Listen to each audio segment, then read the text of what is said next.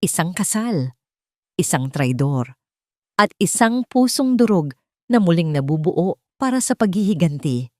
Akala ni Clara, ang suot niyang puting belo ay simbolo ng wagas na pag-ibig, ngunit ito pala ay tela lamang na magtatakip sa madilim na sikreto ng pamilya Song. Sa harap ng libu-libong tao, ipapakita ni Clara ang tunay na kulay ng kanyang mapangaping biyenan at manlolokong asawa. Sino ang tunay na magnanakaw ng dangal? Sino ang dapat lumuhod para sa patawad? Magsisimula ang lahat sa isang video na dudurog sa isang imperyo.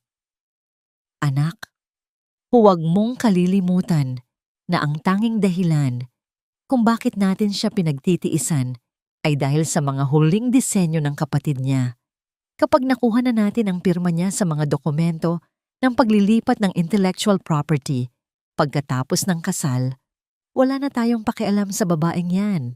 She is just a tool, Zihao. Isang hamak na ulilang pinalaki natin sa ating bakuran para lamang pakinabangan ang talino ng kanyang pamilya.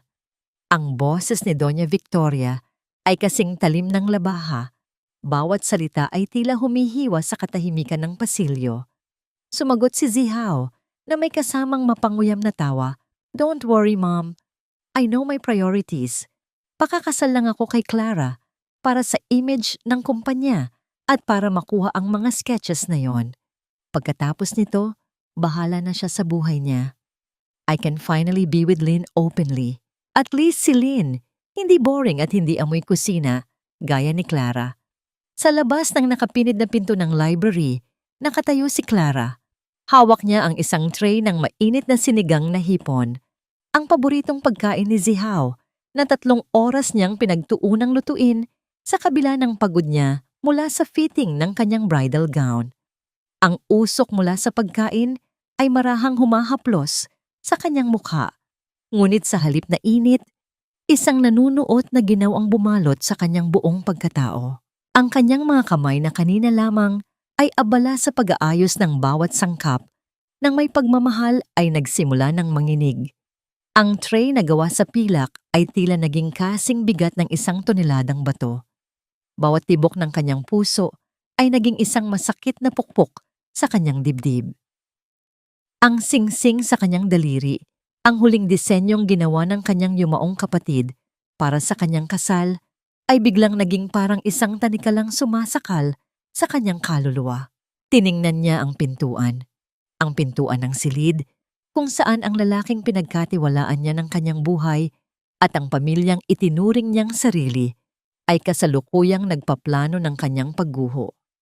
Walang luhang pumatak mula sa kanyang mga mata. Sa halip naramdaman niya ang isang tuyot na sakit sa kanyang lalamunan, isang bara na tila hindi niya malunok. Ang kanyang paningin ay nanatiling nakapako sa ulam na dahan-dahang lumalamig, gaya ng kanyang mga pangarap na unti-unting nagiging abo. Ang bawat sakripisyo niya para sa pamilya Song, ang bawat gabing puyat para tapusin ang kanilang mga koleksyon ng alahas, at ang bawat panglalait na tiniis niya mula kay Doña Victoria ay nagbalik sa kanyang gunita gaya ng mga multong nagtatawanan. Dahan-dahang ibinaba ni Clara ang tray sa maliit na mesa sa tabi ng pasilyo.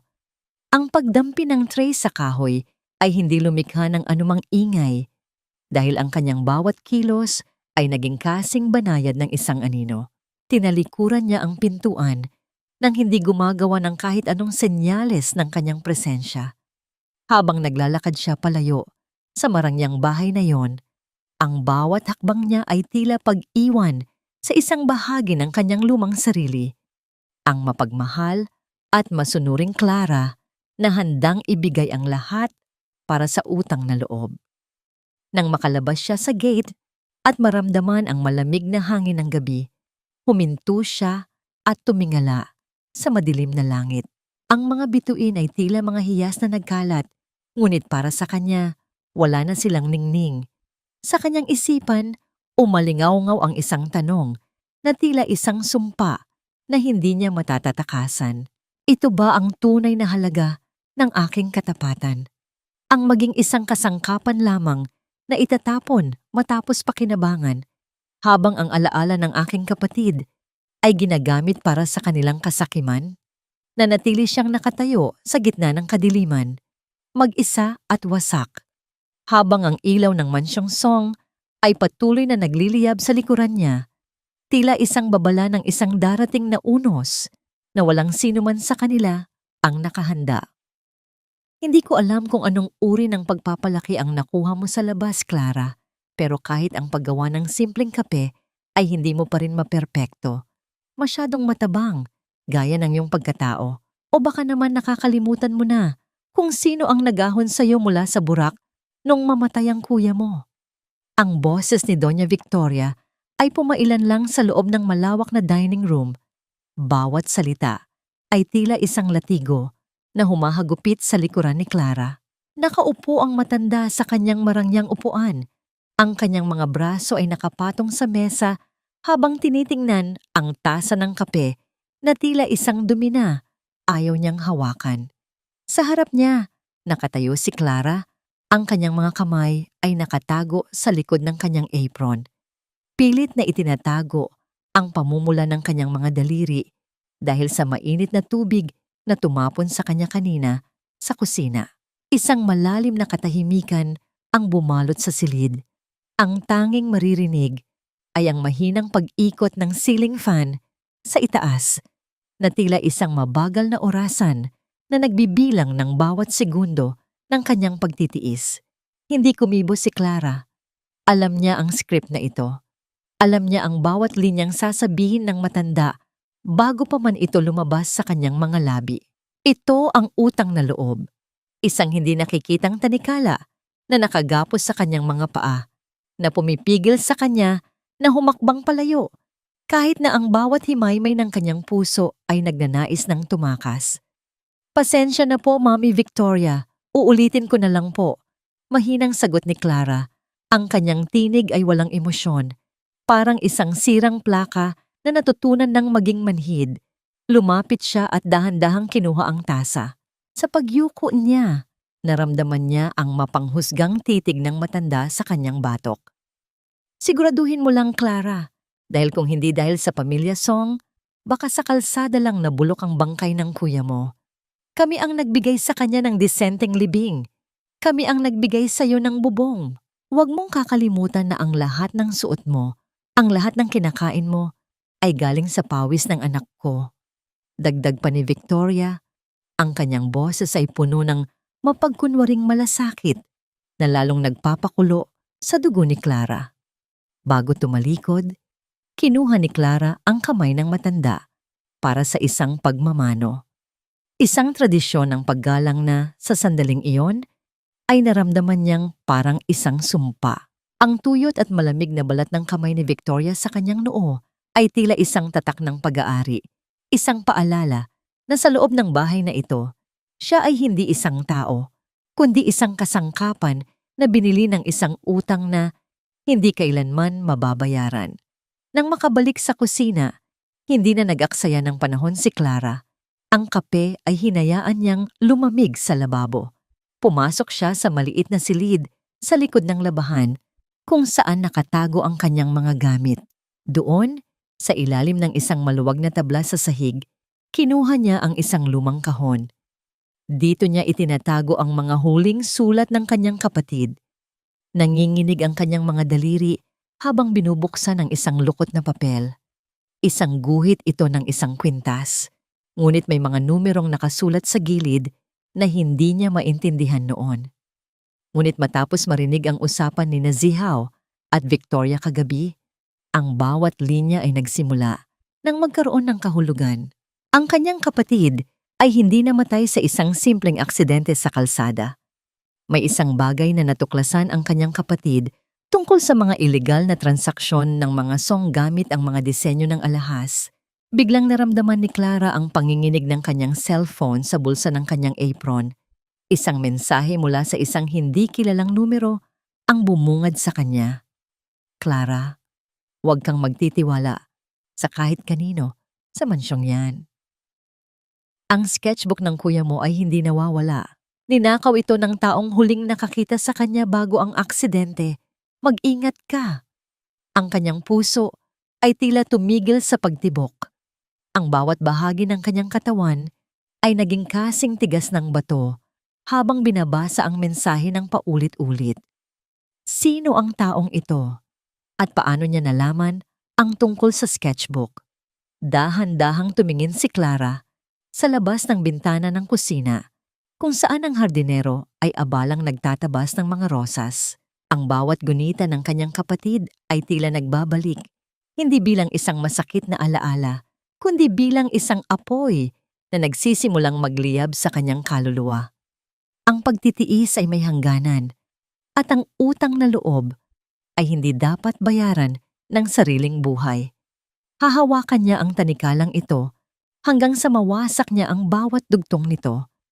Hindi na siya ang Clara na yumuyuko sa bawat sigaw. Siya na ang magiging anino na dahan-dahang lalamon sa kanila sa gitna ng kanilanging ningning. Dito na lang ba natapos ang lahat, kuya? Isang pirasong bato na may nakaukit na pangalan, ngunit walang katarungang kalakip? Ang bulong ni Clara ay tinangay ng mahinang hangin sa loob ng sementeryo. Nakaluhod siya sa harap ng puntod ng kanyang kapatid. Ang kanyang mga daliri ay marahang hinahaplos ang malamig na marmol. Ang sikat ng araw ay matindi, ngunit para kay Clara, ang bawat sinag nito ay tila hindi kayang pasukin ang dilim na bumabalot sa kanyang puso. Sa puntod na ito, walang marangyang bulaklak mula sa pamilya Song, walang kahit anong bakas na minsan silang naging bahagi ng buhay ng taong nakahimlay dito. Ang tanging naroon ay ang kanyang sarili at ang bigat ng mga sikretong unti-unting nabubunyag. Isang anino ang dahan-dahang lumapit at tumayo sa kanyang likuran. Hindi lumingon si Clara, ngunit naramdaman niya ang isang pamilyar at payapang enerhiya na malayo sa mapanirang aura ni Zihao. Narinig niya ang marahang pagtapak ng mga sapatos sa tuyong damo, isang tunog na nagpapahiwatig ng paggalang at hindi ng pagmamadali. Clara, alam kong darating ka ngayon. Ito ang kaarawan niya, hindi ba? Ang boses na yon ay malalim at puno ng hinahon. Lumingon si Clara at nakita si Leandro, ang matalik na kaibigan ng kanyang kapatid noong kabataan nila na ngayon ay isa ng tanyag na abogado. Nakasuot ito ng simpleng barong. Ang kanyang mga mata ay nagpapakita ng isang uri ng lungkot na tila matagal na ring kinikimkim. Sa loob ng maraming taon, si Leandro ang nanatiling koneksyon ni Clara sa mundong labas ng mansyon ng mga Song, ang tanging tao na tumitingin sa kanya hindi bilang isang katulong, kundi bilang isang kaibigan. Hindi nakasagot si Clara. Sa halip, ang kanyang mga labi ay nanginig at ang mga luhang kanina pa niya pinipigilan ay dahan-dahang pumatak. Agad na dumukot si Leandro ng isang malinis at puting panyo mula sa kanyang bulsa at iniabot ito sa kanya. Ang panyo ay amoy sariwang labada at katatagan, isang maliit na kilos ng kabaitan na matagal nang ipinagkakait sa kanya sa loob ng tahanan ni Zihao. Sa sandaling iyon, naramdaman ni Clara na hindi siya kailangang magpanggap na matatag sa harap ng lalaking ito. Salamat, Leandro. I feel so lost, mahinang sabi ni Clara habang pinupunasan ang kanyang pisngi. Ang bawat hikbi niya ay tila isang pagpapakawala ng lahat ng sakit na tiniis niya sa harap ni Doña Victoria. Naupo si Leandro sa tabi niya sa damuhan, walang pakialam kung marumihan ang kanyang mamahaling pantalon. Clara, I've been looking into your brother's case again. May mga bagay na hindi tugma. Ang police report na ibinigay sa iyo ng mga Song noon ay kulang. Sinasabing nawala ng kontrol ang sasakyan niya. Pero ayon sa isang saksi na nahanap ko, may isa pang sasakyan na humahabol sa kanya bago mangyari ang banggaan. Tumingin si Clara kay Leandro. Ang kanyang mga mata ay nanlalaki sa gulat. What are you saying? Na hindi lang basta aksidente ang nangyari? Leandro, sinabi ni Zihao na sila ang nag-asikaso ng lahat dahil wala akong kakayahan noon. Sabi nila, malinis ang investigasyon. Isang mapait na ngiti ang sumilay sa mga labi ni Leandro. Iyon ang gusto nilang paniwalaan mo, Clara. Ginamit nila ang iyong kahinaan at utang na loob para busalan ang katotohanan. Marami silang itinago at sa tingin ko, may kinalaman yon sa mga sketches na hawak ng kuya mo bago siya mamatay. Napansin ni Clara ang isang bahagi ng puting sobre na nakasilip sa bulsa ng Amerikana ni Leandro. Tila may balak itong ibigay sa kanya ngunit nag-aalinlangan. Ang misteryosong pagkilos na ito ni Leandro ay nagdulot ng isang bagong uri ng kaba sa kanyang dibdib. Bakit tila may itinatago rin ang tanging taong pinagkakatiwalaan niya? Tumayo si Leandro at inilahad ang kanyang kamay para tulungan si Clara na bumangon. Ang kanyang hawak ay mahigpit at tila isang pangako ng proteksyon. Ngunit bago sila maghiwalay, tumitig si Leandro ng malalim sa kanyang mga mata, isang titig na puno ng babala at pagmamalasakit. Clara, may hawak akong sulat na iniwan ng kuya mo bago siya mawala. Itinago ko ito dahil alam kong hindi ka pa handa noon at alam kong nasa panganib ka kapag nalaman ito ng mga song. Pero ngayon, nakikita ko sa iyong mga mata na nagsisimula ka ng lumaban. Huminto ang mundo ni Clara sa sandaling iyon. Ang hangin sa paligid ay tila tumigil sa pag-ihip. Ang bawat salita ni Leandro ay parang isang susi na nagbubukas sa isang pinto na matagal nang nakasara. Clara, kailangan kitang tanungin bago ko ibigay sa iyo ang lahat ng ebidensya. Handa ka bang malaman ang buong katotohanan? Kahit na ang ibig sabihin nito ay mawawasak ang lahat ng pinaniniwalaan mo tungkol sa taong pakakasalan mo? Ang tanong na yon ay naiwan sa hangin, mabigat at mapanganib. Habang si Clara ay nakatayo sa pagitan ng kanyang masakit na nakaraan at ng isang madilim na hinaharap na puno ng paghihiganti. Ito ang para sa magiging anak natin, Clara. Para sa kinabukasan nating dalawa. Hindi mo ba gustong makita na ang pangalan ng pamilya mo ay nakaukit sa pinakasikat na koleksyon ng alahas sa buong Asya? Ang boses ni Zihaw ay puno ng tamis, kasing tamis ng asukal, na unti-unting lumalason sa isang sugat. Nakatayo siya sa likuran ni Clara. Ang kanyang mga braso ay dahan-dahang pumulupot sa bewang ng dalaga, habang sila ay nakaharap sa salamin ng silid-tulugan. Sa bawat salitang binibitawan niya, nararamdaman ni Clara ang init ng hininga nito sa kanyang leeg. Isang pakiramdam na dati ay nagbibigay sa kanya ng tinatawag na kilig. Ngunit ngayon ay nagdudulot na lamang ng matinding pangingilabot. Tiningnan ni Clara ang kanilang refleksyon sa salamin. Nakita niya ang isang lalaking may perpektong ngiti, isang lalaking tila isang prinsipe sa mga kwentong pambata. Ngunit sa likod ng mga matang yon, wala siyang makitang pag-ibig. Ang nakikita lamang niya ay ang refleksyon ng isang mangangaso na tinitingnan ang kanyang huling-huli. Ang bawat haplos ni Zihaw sa kanyang balikat ay tila paggapang ng isang malamig na uod na nag-iiwan ng malagkit na bakas ng pandaraya. Zihaw, ang mga sketches na yon, iyon na lang ang natitira sa akin mula kay kuya. Hindi ba pwedeng itago muna natin? Masyado pa itong masakit para sa akin. Mahinang tugon ni Clara, pilit na pinapatatag ang kanyang boses sa kabila ng panlalamig ng kanyang mga kamay. Humarap si Zihaw sa kanya, hinawakan ang kanyang muka at tiningnan siya ng diretso sa mga mata. Mahal, listen to me. Kung hahayaan nating matulog lang ang mga disenyong yon sa baul, parang pinatay na rin natin ang pangarap ng kuya mo. Ang pamilya song ang may kakayahang gawing totoo ang mga iyon. Gagawin nating tanyag ang pangalan niya. Isipin mo, Clara, ito ang pinakamagandang regalo natin sa kanya sa araw ng ating kasal. Isang matalim na sakit ang gumuhit sa dibdib ni Clara. Ginamit na naman nito ang alaala ng kanyang kapatid para manipulahin siya. Ang bawat pangako ni Zihaw ay tila isang matalim na karayom na dahan-dahang itinutusok sa kanyang puso. Sinisira ang bawat natitirang tiwala na meron siya. Nais niyang sumigaw. Nais niyang isampal sa mukha nito ang lahat ng narinig niya sa labas ng library. Ngunit alam niyang kailangan niyang maging matalino. Dahan-dahang kumalas si Clara sa yakap ni Zihao at lumapit sa bintana. Ang marahang pagaspas ng mga dahon sa labas ay tila isang malungkot na awit ng pakikiramay. Hindi siya kumibo. Hinayaan niyang mapuno ang silid ng isang mabigat na katahimikan. Isang katahimikan na punong-puno ng mga hindi sinabing katotohanan. Nang gabing iyon, nagkunwari si Clara na mahimbing na natutulog. Pinakinggan niya ang bawat tunog sa loob ng madilim na silid. Ang regular na paghinga ni Zihao sa tabi niya ay dahan-dahang nagbago hanggang sa narinig niya ang marahang pagbangon nito. Hindi gumalaw si Clara.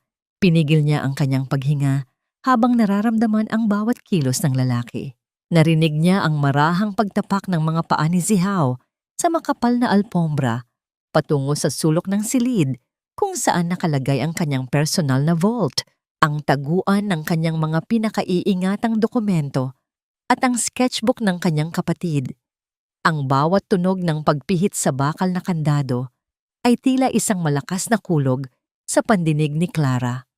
Dahan-dahang iminulat ni Clara ang kanyang mga mata sa gitna ng kadiliman. Ang anino ni Zihao ay nakayuko sa harap ng vault. Ang tanging liwanag ay nagmumula sa maliit na flashlight ng kanyang cellphone. Nakita ni Clara ang pagnanasa sa mga kilos ni Zihao, ang pagmamadaling makuha ang isang bagay na hindi sa kanya. Dahan-dahang bumangon si Clara, ang kanyang bawat galaw ay walang nililikhang ingay, gaya ng isang multong naghahanap ng hustisya. Tumayo siya sa likuran ni Zihao. Ang kanyang mga mata ay nanlalamig habang pinagmamasdan ang pagtatraidor na nagaganap sa harap mismo ng kanyang mga mata. May hinahanap ka ba, Zihao? O baka naman nakalimutan mo lang ang password ng sarili mong katapatan? Ang boses ni Clara ay malamig at matalim, tila isang patalim na bumaon sa likuran ni Zihao.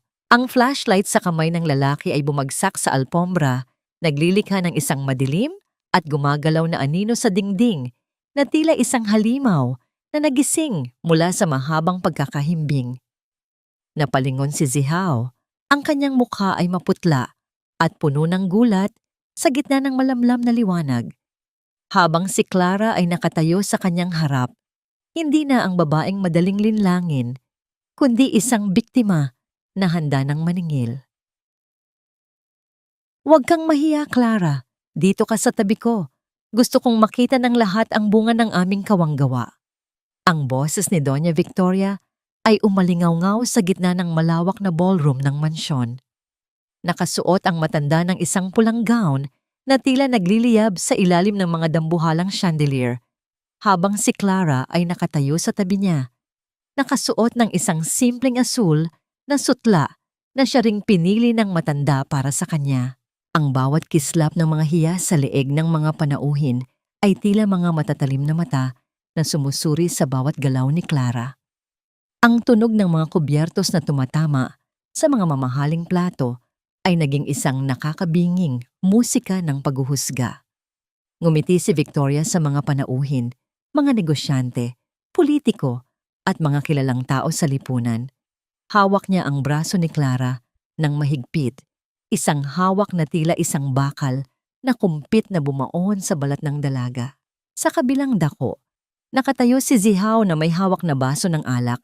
Ang kanyang mukha ay puno ng pagmamalaki habang tinatanggap ang mga papuri para sa bagong koleksyon ng alahas na ang totoo ay si Clara ang nagpuyat at naghihirap na buuin. "Alam niyo ba?" Panimula ni Victoria. Ang kanyang boses ay naging malambing ngunit may kalakip na lason.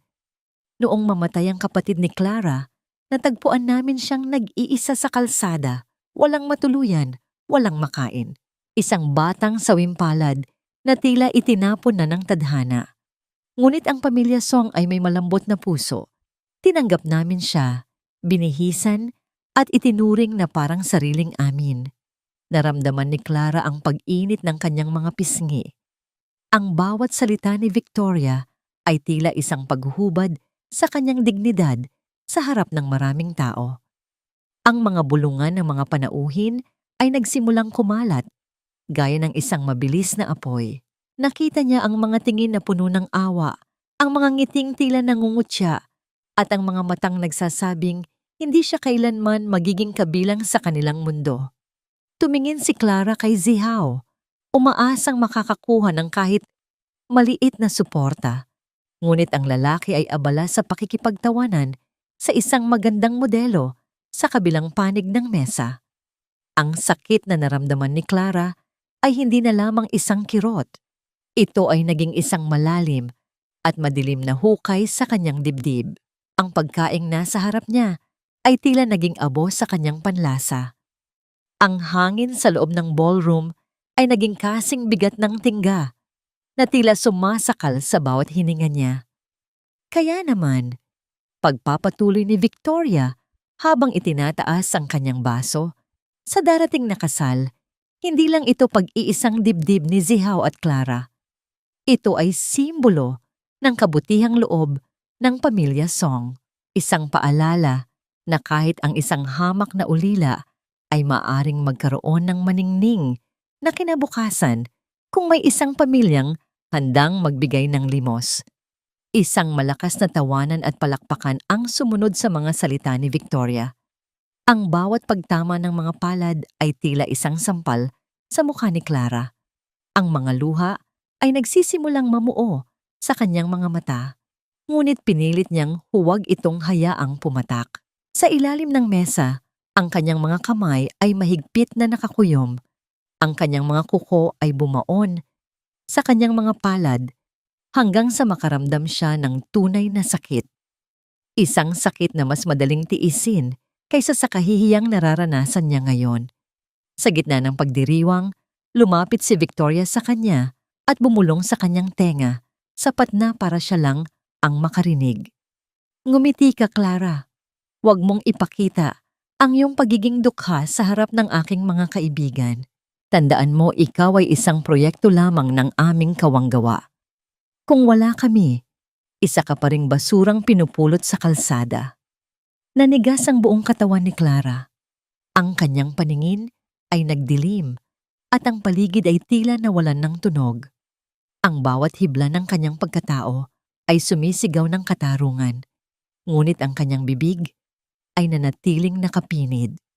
Dahan-dahang itinaas ni Clara ang kanyang ulo. Ang kanyang mga mata ay nagtagpo sa mga mata ni Victoria. Sa unang pagkakataon, ang takot sa loob ni Clara ay napalitan ng isang malamig at matalim na determinasyon. Kung ito ang tingin nila sa kanya, isang basura, isang proyekto, isang limos. Kung gayon, ipapakita niya sa kanila kung gaano kadelikado ang isang basurang nagkakaroon ng sariling ningning. Bago matapos ang gabi, isang hindi inaasahang pangyayari ang yumanig sa lahat. Isang malaking screen sa likuran ng entablado na dapat ay magpapakita ng mga larawan ng charity works ng pamilya Song ay biglang nag-iba ng kulay. Isang dokumento ang lumitaw sa screen. Isang dokumentong may pirma ni Doña Victoria na nag-uutos ng paglilipat ng lahat ng ari-arian ng kapatid ni Clara sa ilalim ng pangalan ng mga Song. Bago pa man ito mailibing, ang katahimikan sa loob ng ballroom ay naging kasing bigat ng isang libingan, habang ang lahat ng mata ay dahan-dahang lumipat mula sa screen patungo sa namumutlang mukha ni Doña Victoria. Technological glitch lang yon. Isang malisyosong pag-atake mula sa mga kalaban ng ating kumpanya upang sirain ang reputasyon ng pamilya Song bago ang kasal. Ang sigaw ni Doña Victoria ay umalingaw-ngaw sa buong pasilyo ng mansyon pagkalipas ng ilang oras matapos ang gulo sa ballroom. Kahit madilim na ang paligid, ang kanyang boses ay tila kuryenteng gumagapang sa mga pader. Puno ng takot na pilit itinatago sa likod ng galit. Sa loob ng silid, nakatayo si Clara, tahimik na tinitingnan ang matanda na kasalukuyang nagpapalakad-lakad. Ang mukha nito ay maputla sa ilalim ng malamlam na ilaw ng lampada. Walang imik si Clara habang pinupunasan ang sapatos ni Victoria na nabasa ng alak kanina. Isang gawaing nakasanayan na niya, isang gawaing nagpapakita ng kanyang huwad na katapatan. Nang makaalis ang matanda, dahan-dahang naglakad si Clara patungo sa kanyang munting atelier sa itaas na bahagi ng mansyon.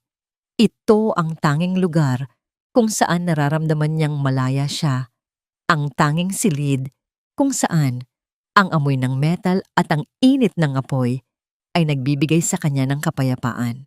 Binuksan niya ang ilaw at tumambad ang kanyang mga kagamitan, ang mga plais, ang maliit na martilyo, at ang mga piraso ng ginto na naghihintay na mahubog. Kinuha niya ang sketchbook ng kanyang kapatid na itinatago niya sa loob ng isang lumang unan. Hinaplos niya ang bawat guhit, ang bawat disenyo na ninakaw at binababoy ng pamilya Song sa loob ng maraming taon. Ang kanyang puso ay tumitibok ng mabilis, hindi dahil sa takot, kundi dahil sa isang misyong na ngayon ay mayroon ng pangalan. Sinimulan niyang tunawin ang isang piraso ng pilak. Ang tunog ng apoy na lumalamon sa metal ay tila isang bulong ng pag-asa sa gitna ng katahimikan. Ito ang magiging simula ng kanyang koleksyon, ang Vengeance Collection. Hindi ito para ibenta, hindi ito para sa pera. Ito ay mga alahas na bawat disenyo ay may nakatagong ebidensya ng pagnanakaw ng mga Song. Bawat hiyas na ilalagay niya ay magsisilbing isang mitya na magpapasabog sa kanilang kasinungalingan. Ang bawat pagtama ng kanyang martilyo sa pilak ay naglilikha ng isang ritmo ng determinasyon, isang tunog na sumasalamin sa bawat sakit na tiniis niya. Habang abala sa paggawa, isang marahang kaluskos ang narinig ni Clara mula sa labas ng kanyang pinto. Agad niyang itinago ang sketchbook at pinatay ang apoy. Dahan-dahan siyang lumapit sa pinto at bahagya itong binuksan. Nakita niya ang isang aninong mabilis na dumaan sa pasilyo patungo sa dulo ng kabilang wing ng mansyon. Ang silid kung saan itinatago ni Victoria ang kanyang mga pinakalumang dokumento. Dala ng kuryosidad at kaba, sinundan ni Clara ang anino. Nanatili siyang nakadikit sa pader. Ang kanyang bawat hakbang ay maingat na hindi gumagawa ng ingay gaya ng isang pusa sa dilim. Huminto siya sa tapat ng library at doon narinig niya ang boses ni Victoria na tila isang bulong mula sa impyerno. May kausap ito sa telepono. Ang boses ay puno ng panginginig at pagmamadali. Siguraduhin mong wala nang matitirang bakas ng mga original blueprints na yon. Sunugin mo ang lahat ng nasa storage room sa lumang warehouse. At iyong dating driver na nakakita sa nangyari sa aksidente ni Gabriel, hanapin mo siya. Huwag mong hahayaang makapagsalita pa siya. Kailangang matapos ang lahat bago ang araw ng kasal. Ang bawat salita ni Victoria ay tila isang malamig na tubig na ibinuhos sa buong katawan ni Clara. Ang kanyang kapatid, si Gabriel, ay hindi lang basta naging biktima ng aksidente. Siya ay pinatahimik. Ang panginginig ng mga kamay ni Clara ay naging matindi. Kailangan niyang humawak sa gilid ng pader upang hindi matumba. Ang hangin sa kanyang paligid ay tila naglaho.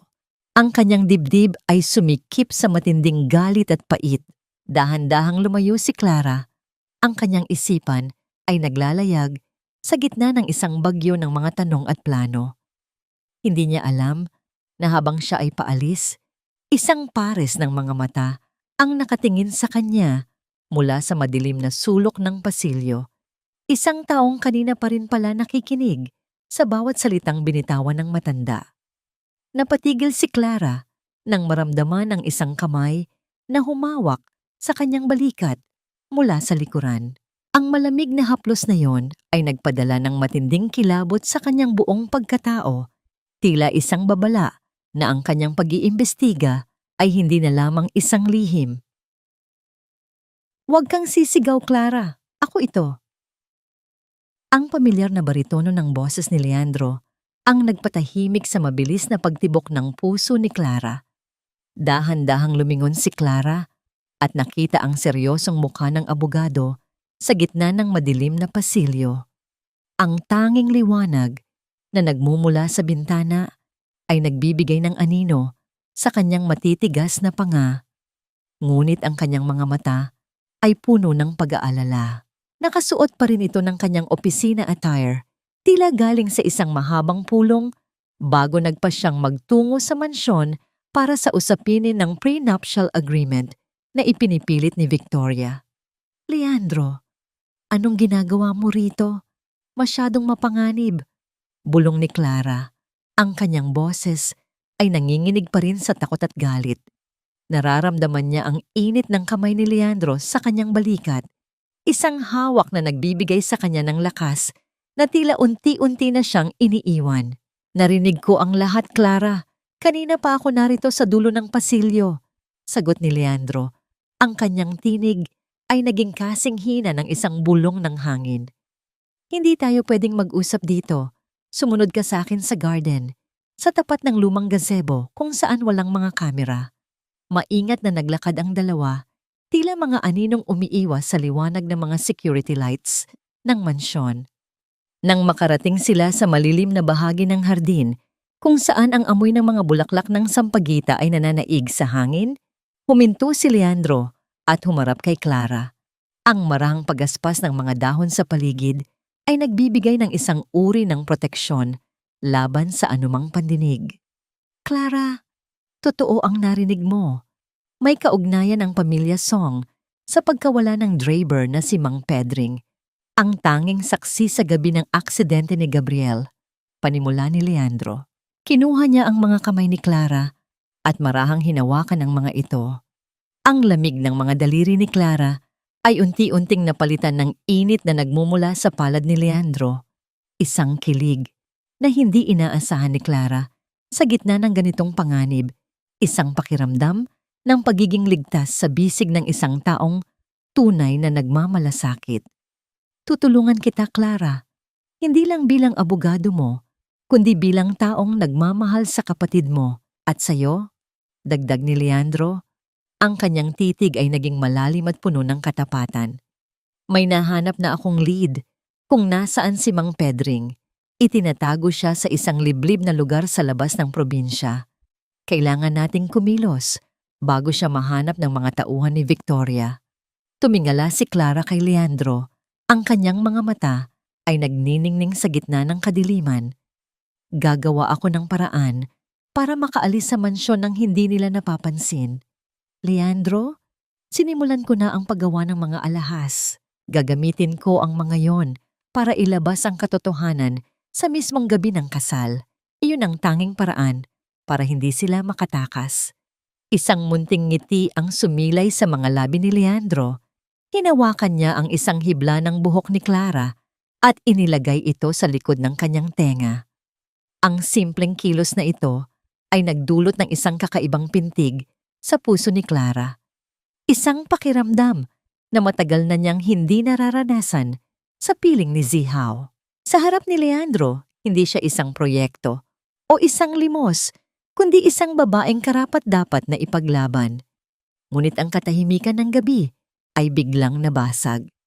Ang tunog ng mga yabag ng sapatos sa semento ay dahan-dahang lumalapit sa kinaroroonan nila.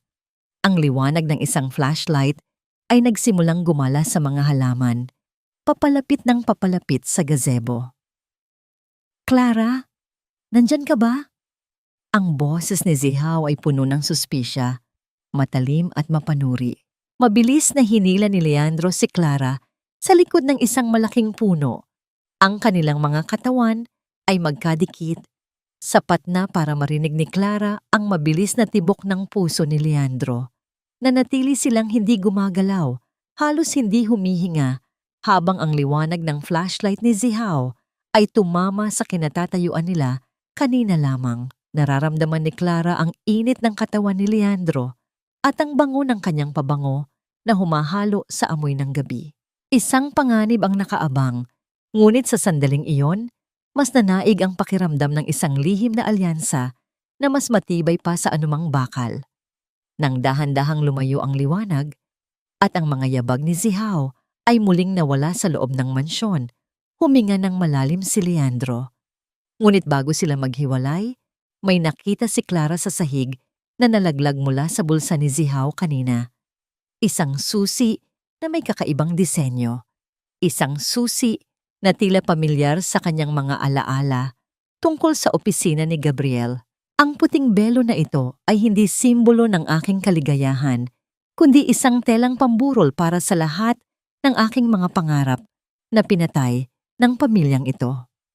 Ang bulong ni Clara ay halos hindi marinig habang nakatitig siya sa kanyang bridal gown na nakasabit sa gitna ng silid. Ang marangyang tela ay nagniningning sa ilalim ng ilaw. Tila nangungutya sa dilim na bumabalot sa kanyang puso. Bukas, sa harap ng dambana, suot ang puting kasuotang ito. Magsisimula ang isang palabas na babago sa tadhana ng lahat. Ang bawat tahi ng gown ay tila mga tinik na nagpapaalala sa kanya ng bawat kasinungalingan ni Zihaw at Victoria.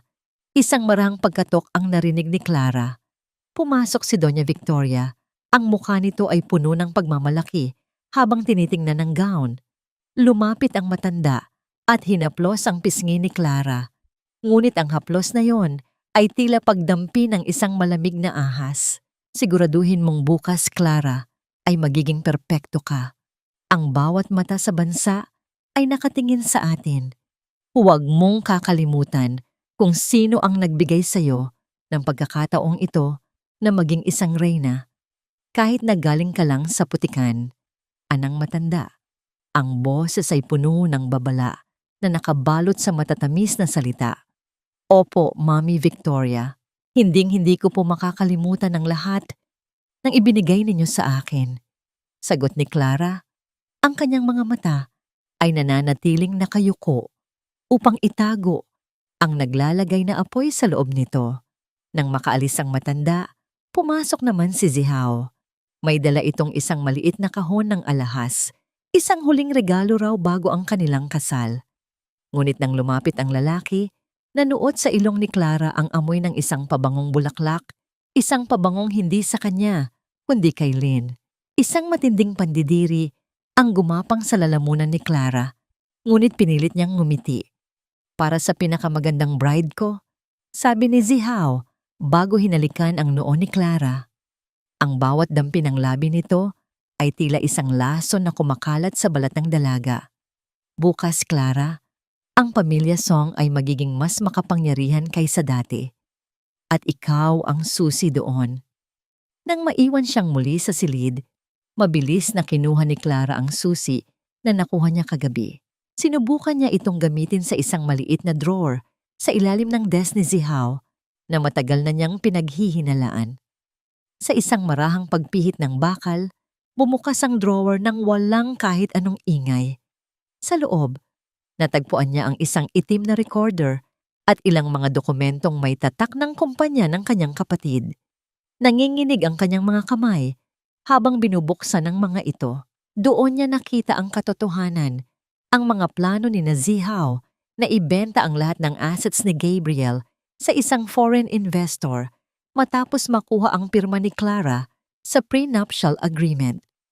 Sa gitna ng kanyang pagbabasa, biglang umilaw ang kanyang cellphone na nakalagay sa ibabaw ng kama. Isang mensahe mula sa isang hindi kilalang numero ang pumasok, ngunit alam ni Clara kung kanino ito galing dahil sa tono ng pananalita nito. Isang larawan ang kalakip ng mensahe, ang larawan ni Zihaw at Lynn na magkayakap sa loob ng isang hotel room. Kinuha lamang ilang minuto ang nakalilipas. Ang mensahe sa ibaba ay tila isang matalim na kutsilyo na bumaon sa kanyang puso. Maghanda ka na, honey. See you at the wedding tomorrow.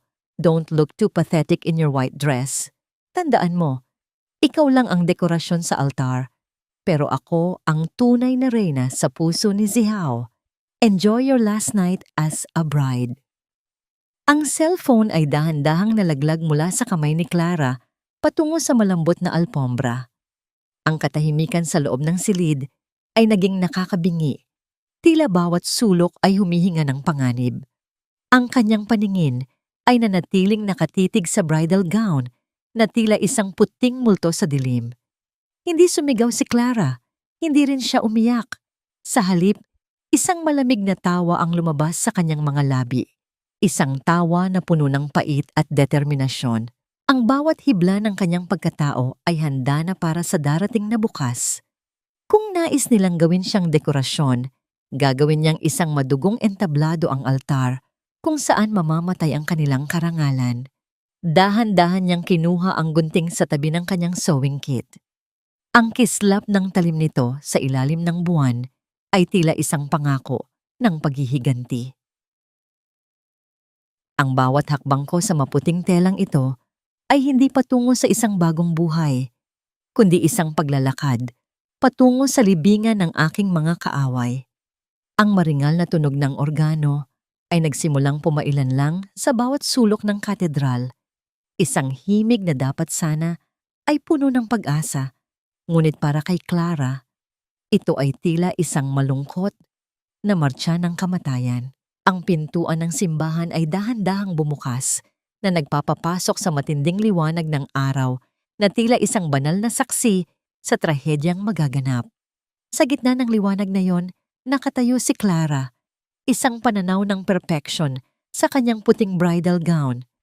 Ang kanyang mukha ay natatakpan ng manipis na belo, sapat upang itago ang lamig sa kanyang mga mata mula sa mapanuring tingin ng mga panauhin. Sa dulo ng mahabang pasilyo, nakatayo si Zihao, mukhang isang perpektong Ginoo sa kanyang itim na terno. Isang ngangiting puno ng pagtatagumpay ang nakaukit sa kanyang mga labi. Sa tabi niya ay si Doña Victoria, nakasuot ng gown na kulay ginto. Ang kanyang mukha ay nagliliwanag sa yabang habang tinitingnan ang proyekto niyang ngayon ay ganap na ring magiging bahagi ng pamilya. Song, ang bawat kislap ng mga hiyas sa loob ng katedral ay tila mga nanunuyang mata, nagpapaalala kay Clara na ang lahat ng karangyaan sa kanyang paligid ay itinayo sa dugo at pawis ng kanyang yumaong kapatid. Nagsimulang maglakad si Clara. Ang marahang pagkaluskos ng kanyang mahabang gown sa marmol na sahig ay ang tanging ingay na naririnig niya sa gitna ng katahimikan ng mga panauhin. Bawat tao sa simbahan ay nakatingin sa kanya. Ang mga bulungan tungkol sa swerteng ulila ay tila mga bubuyog na humuhuni sa kanyang pandinig.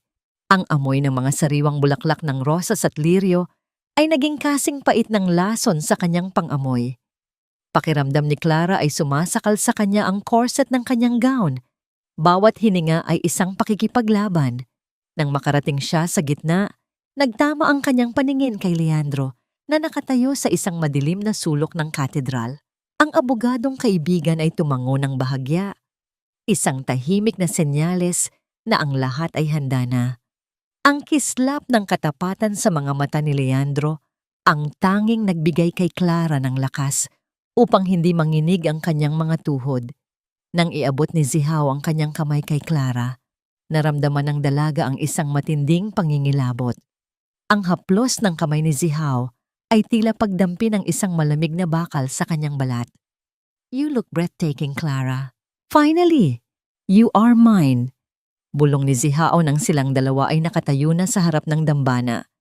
Ngumiti si Clara sa likod ng kanyang belo. Isang ngiting hindi nakikita, ngunit naramdaman ng kanyang buong kaluluwa. "Oo, Zihao. Bukas ang lahat sa mundong ito ay malalaman kung sino ba talaga ang nagmamay-ari sa bawat isa sa atin." Nagsimula ang seremonya.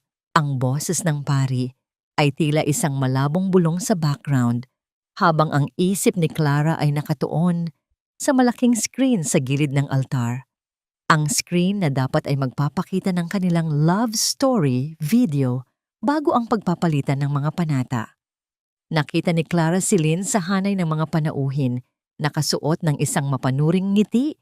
Tila hinihintay ang sandaling matapos ang seremonya upang ipagpatuloy ang kanyang lihim na ugnayan kay Zihao. Dumating ang sandali ng video presentation. Patay ang lahat ng ilaw sa loob ng katedral. Tanging ang asul na liwanag mula sa malaking screen ang nagbibigay ng anino sa mga mukha ng mga tao. Ang katahimikan ay naging kasing bigat ng isang libingan. Humarap si Clara sa technician na nasa gilid at marahang tumango. Isang bulong na puno ng pait at determinasyon ang kumawala sa kanyang mga labi. Sapat lamang upang marinig ng sarili. "Simulan mo na. Ipakita mo sa kanila ang tunay na kulay ng ningning na ito." Isang marahang tunog ng pag-scroll ng video ang narinig At ang unang imaheng lumabas sa screen ay hindi ang masayang mukha ni na Clara at Zihaw, kundi isang madilim na video recording mula sa loob ng opisina ni Gabriel. 3 taon na ang nakalilipas. Ang boses ni Doña Victoria ay umalingaw-ngaw sa buong katedral mula sa mga speaker. Huwag kang mag-alala, Zihaw. Kapag wala na si Gabriel, lahat ng kanyang mga disenyo at kayamanan ay mapupunta sa atin.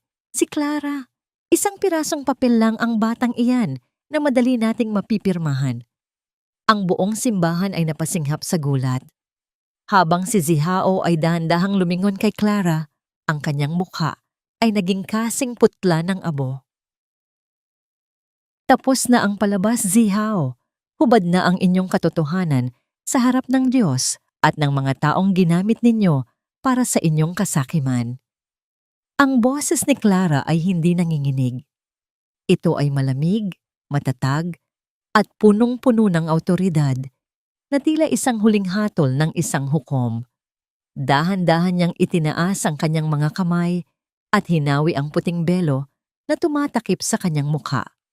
Wala nang bakas ng takot o pagiging sunod-sunuran. Ang kanyang mga mata ay nagniningning sa galit na matagal nang kinimkim, tila mga hiyas na dumaan sa matinding apoy upang maging ganap na matigas. Sa paligid, ang katedral na kanina ay puno ng banal na katahimikan ay naging pugad ng kaguluhan. Ang tunog ng mga bulungan ng mga panauhin ay tila isang malakas na agos ng tubig na bumabagsak sa mga bato. Ang bawat tao ay nakatayo. Ang ilan ay kumukuha ng video gamit ang kanilang mga telepono, habang ang iba ay hindi makapaniwala sa narinig mula sa screen. Ang marangyang imahe ng Pamilya Song na binuo sa loob ng ilang dekada ay gumuho sa loob lamang ng ilang segundo. Patayin niyo ang screen na yan. Isang kasinungalingan ang lahat ng yan. Ang sigaw ni Doña Victoria ay pumailan lang. Ang kanyang boses ay tila isang sugatang hayop na nagwawala. Ang kanyang gintong gown ay hindi na mukhang maringal. Tila ito ay naging isang kulungang nagpapatingkad sa kanyang pagkapahiya. Sinubukan niyang sugurin ng technician, ngunit huli na ang lahat. Ang bawat salita ng kanyang pag-amin sa video ay nakatatak na sa isipan ng madla. Humarap si Victoria kay Clara. Ang kanyang muka ay namumula sa matinding puot. Ikaw na walang utang na loob. Pagkatapos ng lahat ng ibinigay namin sa'yo, ito ang isusukli mo? Isang hamak na ulila na pinulot namin sa kalsada. Itinaas ni Victoria ang kanyang kamay upang sampalin si Clara ng buong lakas. Ang lahat ay napasinghap. Inaasahan ang tunog ng palad na tatama sa pisngi ng dalaga. Ngunit bago pa man dumampi ang mga daliri ng matanda, mabilis na sinalo ni Clara ang braso ni Victoria sa gitna ng hangin. Ang hawak ni Clara ay mahigpit, kasing tigas ng bakal, na naging sanhi ng pagkagulat sa mga mata ng matanda. Huwag niyo na muling susubukan na itaas ang inyong kamay sa akin. Bulong ni Clara, ang kanyang boses ay naging kasing talim ng isang punyal. Ang utang na loob na sinasabi niyo ay nabayaran na ng dugo ng kapatid ko. Hindi niyo ako pinulot sa kalsada para tulungan. Pinulot niyo ako para maging aliping bubusog sa inyong mga bulsa. Ang bawat hiyas na suot niyo ngayon ay nakaw mula sa talino ni Gabriel. Binitawan ni Clara ang kamay ng matanda nang may matinding pandidiri. Lumingon siya kay Zihao na hanggang ngayon ay nakatayo pa rin sa dambana, tila isang rebultong nawalan ng buhay. Ang lalaking akala niya ay kanyang kinabukasan ay isa palang anino ng panlilinlang. At ikaw, Zihao, sambit ni Clara habang hinuhubad ang singsing sa kanyang daliri.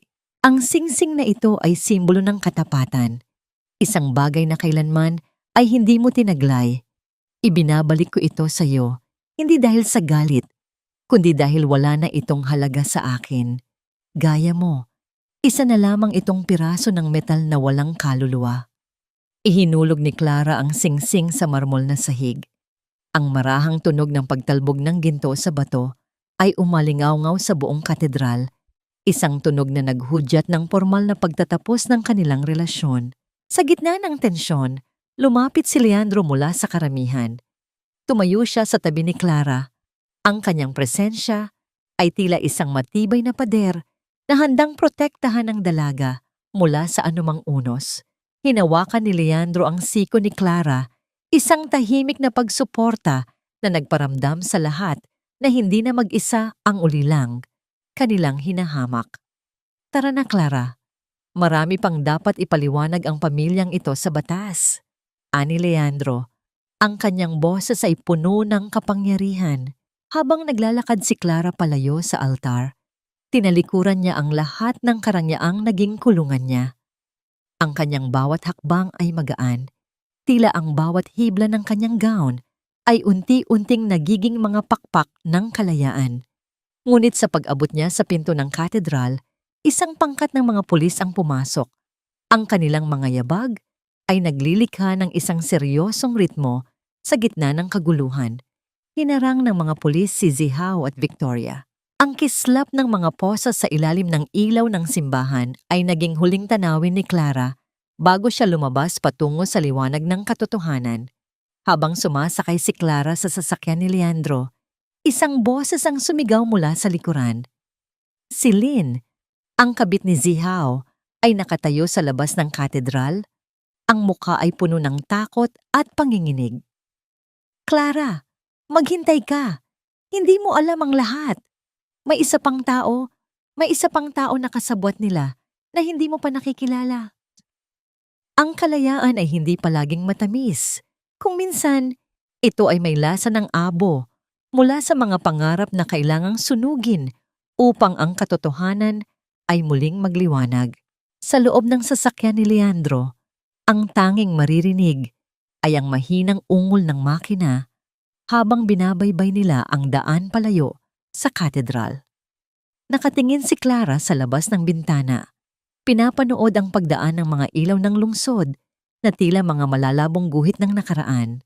Nakasuot pa rin siya ng kanyang bridal gown. Ang marangyang tela ay nakalukot sa makipot na upuan, tila isang puting alaala ng isang digmaang katatapos lamang. Ang kanyang mga kamay, na wala ng suot na singsing, ay nakapatong sa kanyang kandungan, tahimik at hindi na nanginginig. Naramdaman niya ang marahang pagpiga ni Leandro sa kanyang braso, isang tahimik na paalala na narito siya, na hindi na siya mag-iisa sa gitna ng dilim. Ang bango ng leather ng sasakyan at ang banayad na amoy ng mint mula kay Leandro ay nagbigay kay Clara ng isang uri ng kapayapaan na matagal na niyang hindi naramdaman sa loob ng mansyong Song. Dadalhin kita sa isang ligtas na lugar, Clara. Sa maliit na apartment na pagmamay-ari ng tita ko. Walang nakakaalam ng lugar na yon, kahit ang mga Song. Mahinang sabi ni Leandro, ang kanyang boses ay puno ng kalinga. Salamat, Leandro. Pero ang sinabi ni Lynn, ang tungkol sa isa pang kasabwat. Sino pa ang may kakayahang gumawa nito sa kapatid ko? Ang tanong ni Clara ay bumasag sa katahimikan. Ang kanyang tinig ay puno ng pag-aalinlangan. Hindi agad sumagot si Leandro. Ang kanyang mga daliri ay mahigpit na humawak sa manibela, habang ang kanyang paningin ay nanatiling nakapako sa kalsada. Iyon ang aalamin natin, Clara. Ngunit sa ngayon, ang mahalaga ay nakalaya ka na sa mga taong yon. Bukas, gigising ang buong bansa na ang pamilya Song ay hindi na ang mga tinitingalang idolo, kundi mga kriminal sa mata ng lahat. Nang makarating sila sa apartment, tinulungan ni Leandro si Clara na bumaba. Ang bawat hakbang ni Clara sa semento, habang hila-hila ang mabigat na buntot ng kanyang gown, ay tila isang pag-akyat sa isang matarik na bundok.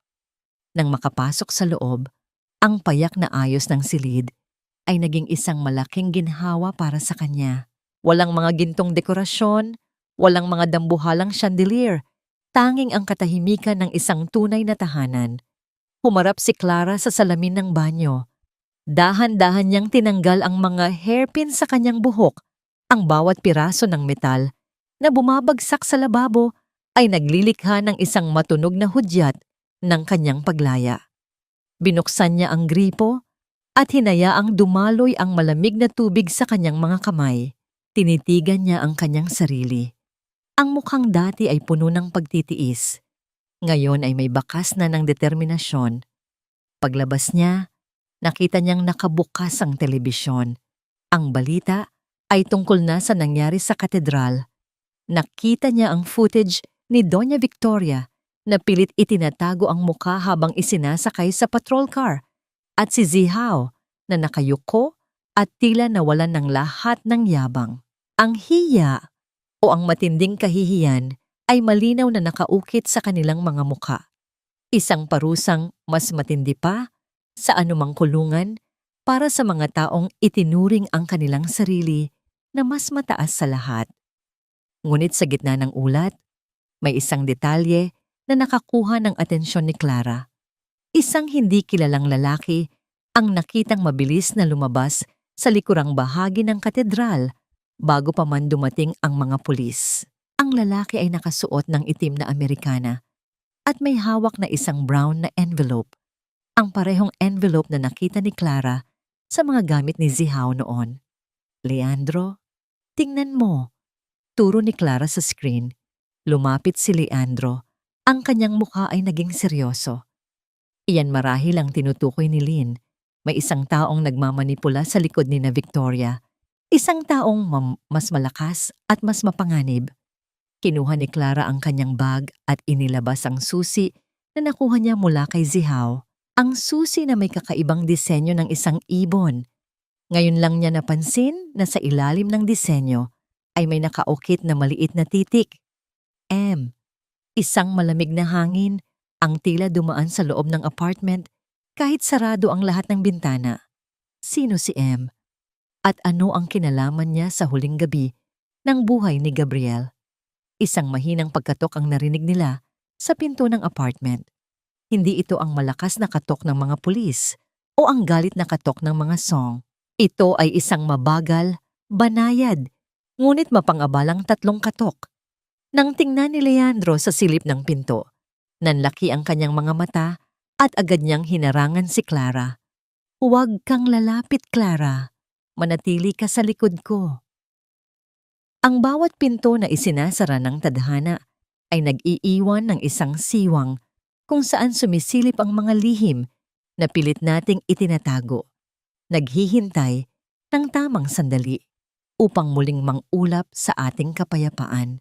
Ang tunog ng kamao na tumatama sa matigas na kahoy ng pinto ay muling umalingaw-ngaw, mabagal at tila may dalang mabigat na timbang ng nakaraan. Nanatiling nakaharang si Leandro sa harap ni Clara. Ang kanyang likuran ay tila isang matibay na kuta habang ang kanyang kanang kamay ay dahan-dahang pumatong sa doorknob. Ramdam ni Clara ang tensyon sa hangin. Ang bawat hininga nila ay naging kasing bigat ng tingga. Nang dahan-dahang bumukas ang pinto, hindi isang kaaway ang bumungad sa kanila. Isang matandang lalaki ang nakatayo sa labas. Ang kanyang balat ay tila tuyong lupa na pinatibay ng maraming taon ng paghihirap. Nakasuot ito ng kupas na jacket at ang kanyang mga mata ay puno ng matinding takot at pagmamakaawa. Ang kanyang panginginig ay hindi dahil sa ginaw ng gabi, kundi dahil sa isang pasaning tila matagal na niyang pasan-pasan. Mang Pedring?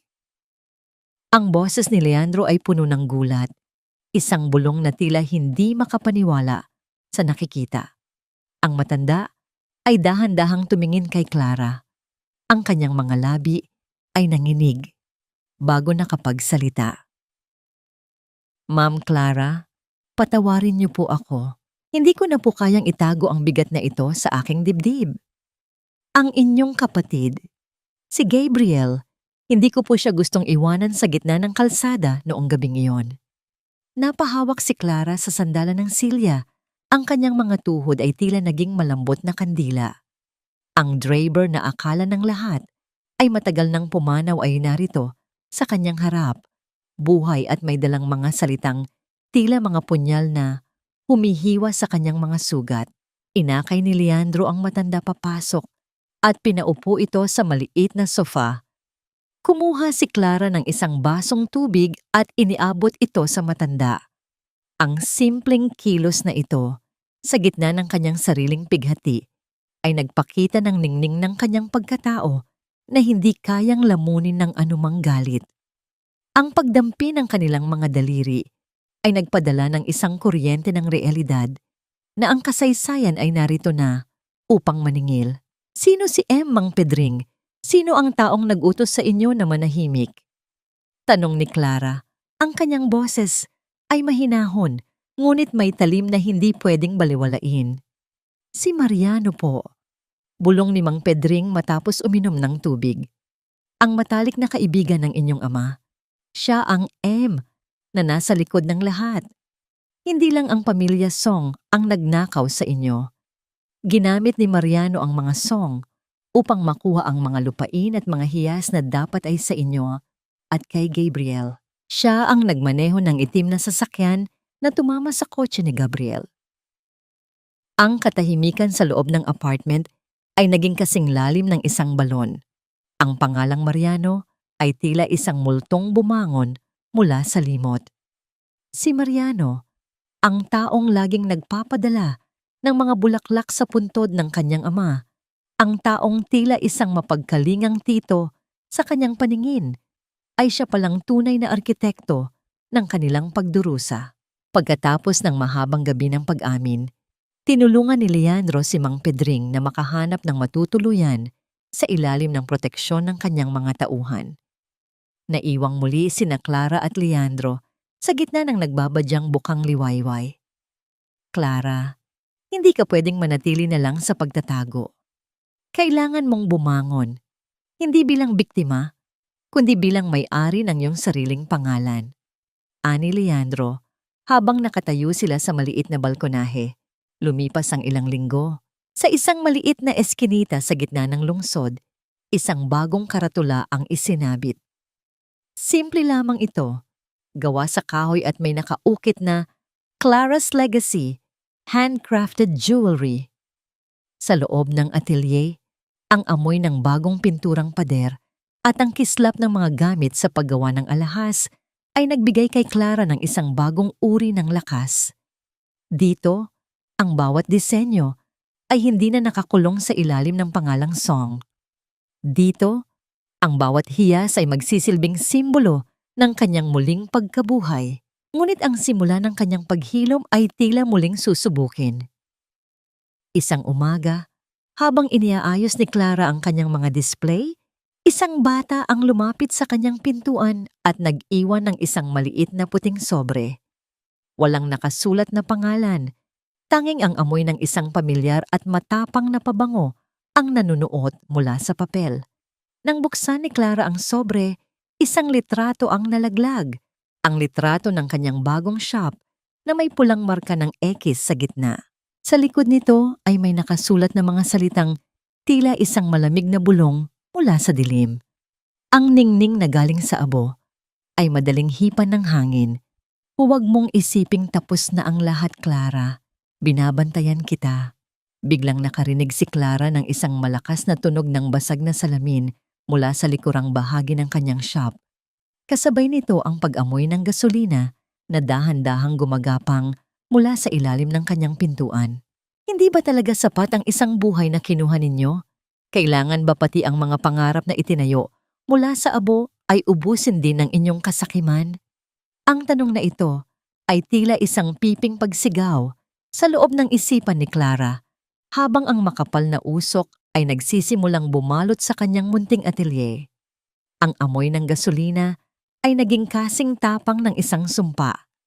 Nanunuot sa kanyang lalamunan at nagpapaiyak sa kanyang mga mata.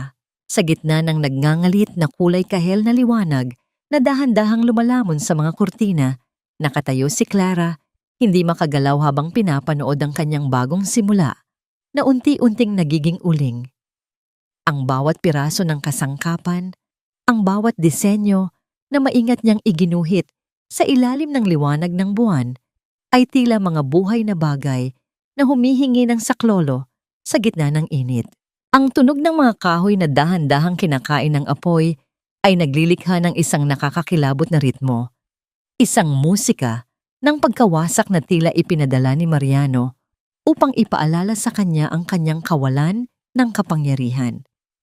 Ngunit sa halip na tumakbo palabas upang iligtas ang kanyang sarili, sumugod si Clara patungo sa kanyang working table. Ang init ng hangin ay tila humahaplos sa kanyang balat ng may kalupitan, ngunit wala siyang pakialam. Inabot niya ang isang bakal na kahon kung saan nakatago ang huling sketchbook ni Gabriel. Ang kanyang mga daliri ay napaso sa mainit na metal, ngunit hindi niya ito binitawan. Para kay Clara, ang sketchbook na yon ay hindi lamang papel at tinta. Ito ang kaluluwa ng kanyang kapatid na hindi niya hahayaang mamatay sa ikalawang pagkakataon. Nang marating niya ang pinto, ang makapal na usok ay tila isang pader na humaharang sa kanyang bawat hininga. Ang kanyang paningin ay nagsimulang magdilim, at ang bigat ng kanyang mga binti ay naging kasing tindi ng tingga. Sa sandaling iyon, naramdaman niya ang isang matibay na bisig na pumuputol sa gitna ng usok. Isang basang tela ang tumakip sa kanyang ilong at bibig, at ang init ng isang katawan ay sumangga sa kanya laban sa naglalayab na paligid. Clara, kumapit ka sa akin. Huwag kang bibitaw. Ang boses ni Leandro ay tila isang anghel na bumaba sa gitna ng impyerno. Hindi alam ni Clara kung paano ito nahanap ang kanyang kinaroroonan, ngunit ang presensya ng lalaki ay nagbigay sa kanya ng huling lakas na kailangan niya. Sa labas ng atelier, habang ang mga tao ay nagtatakbuhan at ang tunog ng tubig na bumubuhos sa nagbabagang istruktura ay naglilikha ng makapal na puting usok na pasalampak si Clara sa semento. Mahigpit pa ring yakap ang bakal na kahon. Tumingala siya sa kanyang shop. Ang karatulang Clara's Legacy ay nahulog at dahan-dahang nasusunog sa putikan. Isang matinding pait ang bumalot sa kanyang puso. Ang bawat patak ng ulan na nagsimulang mahulog mula sa langit ay tila nakikiramay sa kanyang muling pagkadapa. Inalalaya ni Leandro si Clara na sumandal sa kanyang dibdib. Ang bawat paghinga ni Clara ay naging isang masakit na pagsipsip ng hangin. Ngunit ang init ng kamay ni Leandro na humahawak sa kanyang nanginginig na palad ay nagbigay sa kanya ng kakaibang kapanatagan. Sa gitna ng trahedya, nahanap niya ang kanyang sarili na umiyak. Hindi dahil sa takot, kundi dahil sa pagod na maging matatag ng mag-isa. Hahanapin natin ang may gawa nito, Clara. Ipinapangako ko, hindi ito ang huling kabanata ng iyong legasya. Bulong ni Leandro. Ang kanyang mga mata ay nagniningning sa galit at determinasyon habang tinitingnan ang nasusunog na gusali. Kinabukasan, habang sinusuri nila ang mga labi ng sunog, isang piraso ng tela ang nakita ni Leandro na nakasabit sa isang basag na bintana sa likuran. Hindi ito basta-bastang tela. Ito ay isang bahagi ng isang mamahaling panyo na may nakaburdang titik na M sa gilid. Ngunit hindi lang yun ang nakita nila. Sa ilalim ng mga abo, natagpuan ni Clara ang isang maliit na tracker device na tila sadyang iniwan upang mahanap nila. Nang buksan ni Leandro ang signal ng tracker gamit ang kanyang laptop, isang pulang tuldok ang lumitaw sa mapa. Ang lokasyon nito ay hindi sa mansyon ng mga Song, kundi sa isang abandonadong bodega sa Pantalan. Ang lugar kung saan huling nakita si Mang Pedring bago ito muling nawala kaninang madaling araw. Isang matinding kaba ang bumalot kay Clara. Hindi lang ang kanyang shop ang kinuha ni Mariano. Kinuha nito ang tanging taong maaaring maging susi sa hustisya para sa kanyang kapatid. Leandro, kailangan nating pumunta doon. Ngayon din, ani Clara, ang kanyang boses ay wala ng bakas ng pag-aalinlangan. Ang apoy na tumupok sa kanyang shop ay tila lumipat sa kanyang mga mata, mas matindi at mas mapanganib. Habang papalapit sila sa bodega sa Pantalan, ang amoy ng alat ng dagat at kalawang ay naging kasing bigat ng isang babala. Ang bawat anino sa paligid ay tila nagtatago ng isang kaaway. Nang dahan-dahan nilang buksan ang pintuang bakal, na naglilikha ng isang mahabang tunog ng pagkiskis. Isang nakakabinging katahimikan ang bumati sa kanila. Sa gitna ng malawak at madilim na silid, isang solong silya ang nakatayo sa ilalim ng isang bumbilya. Doon nakaupo si Mang Pedring, duguan at tila wala ng malay. Ngunit sa likod ng matanda, isang anino ang dahan-dahang lumabas, isang lalaking may hawak na baril at isang pamilyar na ngiti na dati ay itinuring ni Clara na mapagkalinga. "Late na kayo sa party, Clara," ani Mariano. Ang kanyang boses ay kasing lamig ng gabi. "Akala ko ba matalino ang kapatid mo? Mukhang nagmana ka sa kanya. Masyado kayong nagtitiwala sa ningning. Nakakalimutan ninyong ang pinakamahalagang hiyas ay laging itinatago sa ilalim ng dugo." Biglang sumara ang pintuang bakal sa likuran ni na Clara at Leandro. Kasunod ang tunog ng isang mekanismong naglalak mula sa labas. Sa kabilang dako ng bodega, isang timer ang nagsimulang mag-countdown sa itaas ng ilang mga tangke ng gas at ang boses ni Mariano ay muling narinig mula sa isang speaker sa itaas. "May 10 minuto kayo para piliin ang buhay ng saksi, ang sketchbook ni Gabriel o ang inyong sariling mga buhay. Good luck, Clara." Ang katarungan, kung minsan, ay hindi isang premyo na basta na lamang ibinibigay. Ito ay isang hiyas na kailangan mong kunin mula sa gitna ng nagngangalit na apoy, kahit na ang kapalit nito ay ang pagkapaso ng iyong sariling mga kamay. Ang malamig at mapanguyam na tawa ni Mariano mula sa speaker ay tila isang laso na gumapang sa bawat sulok ng bodega. Kasabay nito, ang sunod-sunod at mabilis na tunog mula sa timer. 9:58 9:57 ay naging isang martilyong paulit-ulit na pumupukpok sa dibdib ni na Clara at Leandro. Ang malawak at madilim na espasyo ay biglang naging isang nakamamatay na kulungan. Bawat anino ay tila isang halimaw na nag-aabang sa kanilang pagbagsak. "Clara, get back!" sigaw ni Leandro habang sinusubukan niyang kalampagin ang nakakandadong pintuang bakal. Ang bawat pagtama ng kanyang kamao sa metal ay naglilikha ng isang desperadong tunog na nilalamon lamang ng katahimikan ng bodega. Walang saysay. Ngunit si Clara, sa halip na magpanik, ay biglang naging kalmado. Ang kanyang mga mata, na kanina ay puno ng gulat, ay naging matalas at mapanuri. Tumingin siya sa paligid, sa mga kalawanging kadena na nakasabit sa itaas, sa mga basag na bintana na masyadong mataas upang abutin, at sa maliit na kandado ng bakal na kahon kung saan nakalagay ang sketchbook ni Gabriel.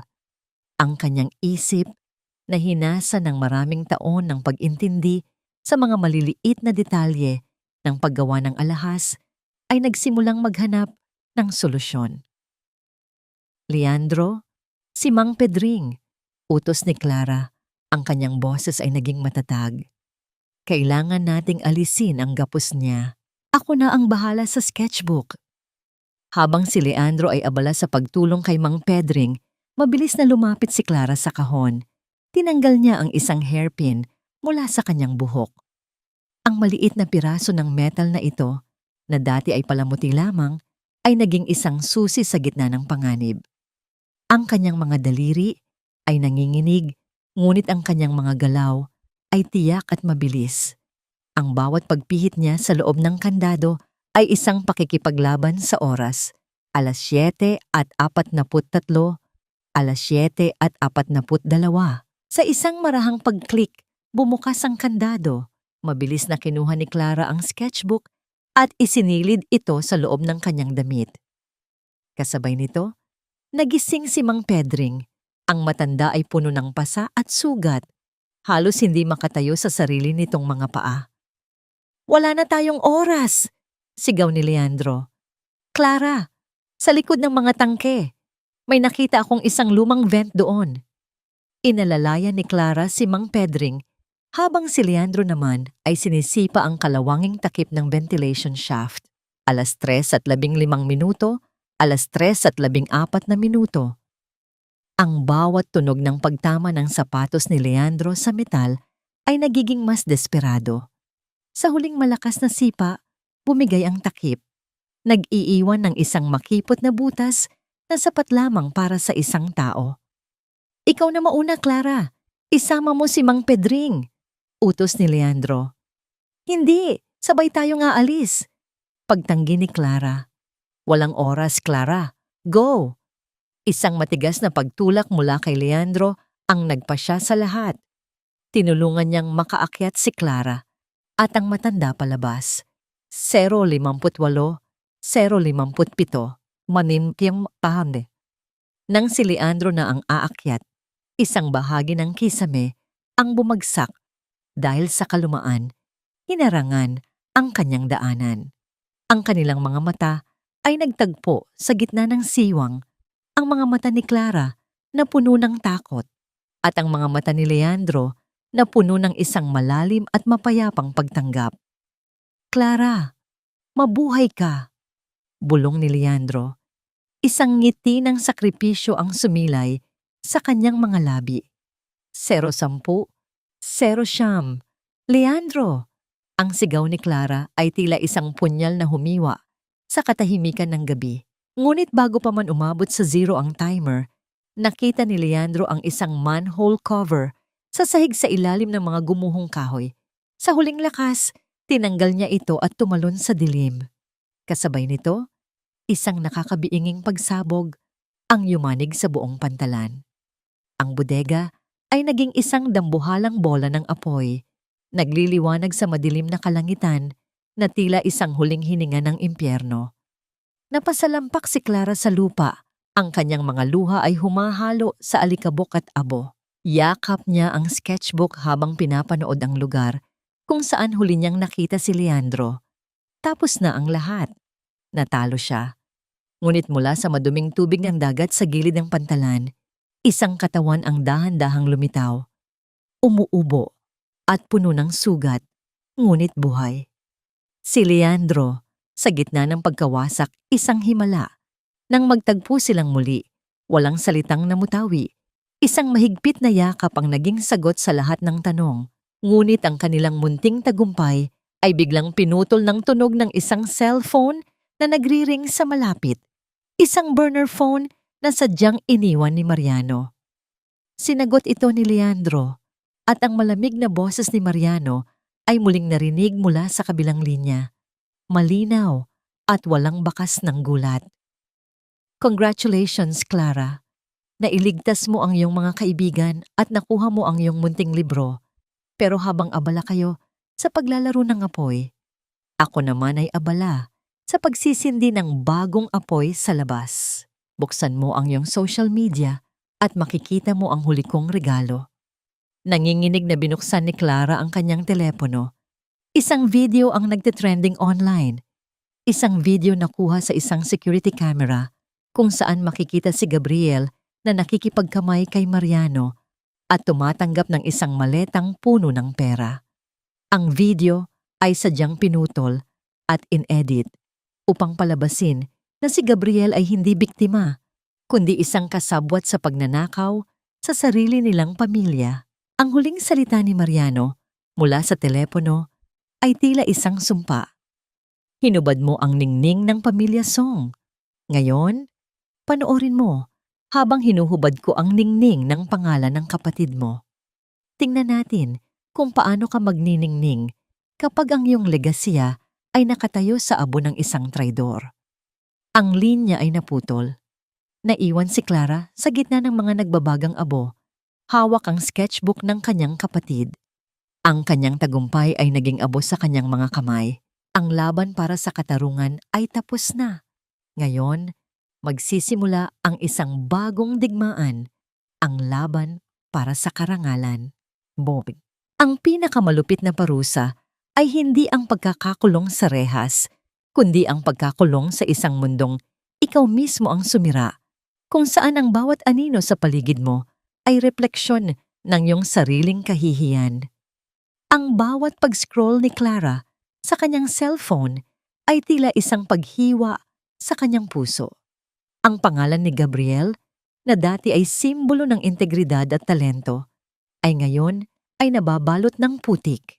Ang mga headlines sa balita ay walang awa. Ang lihim na ugnayan ni Gabriel at Mariano, isang komplot na binuo sa kasakiman. Ang mga komento mula sa publiko ay mas matatalim pa sa anumang kutsilyo, mga salitang tulad ng traidor, magnanakaw at walang utang na loob.